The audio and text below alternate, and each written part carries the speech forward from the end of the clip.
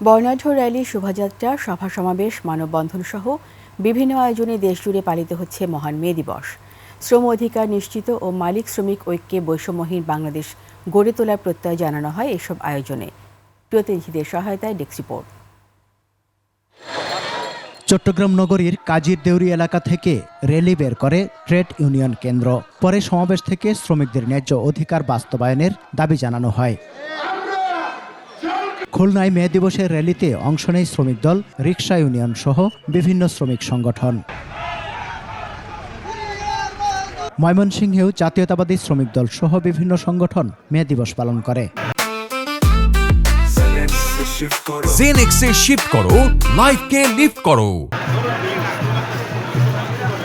রাজশাহীতে বিভিন্ন শ্রমিক সংগঠন শোভাযাত্রা ও আলোচনা সভা করে।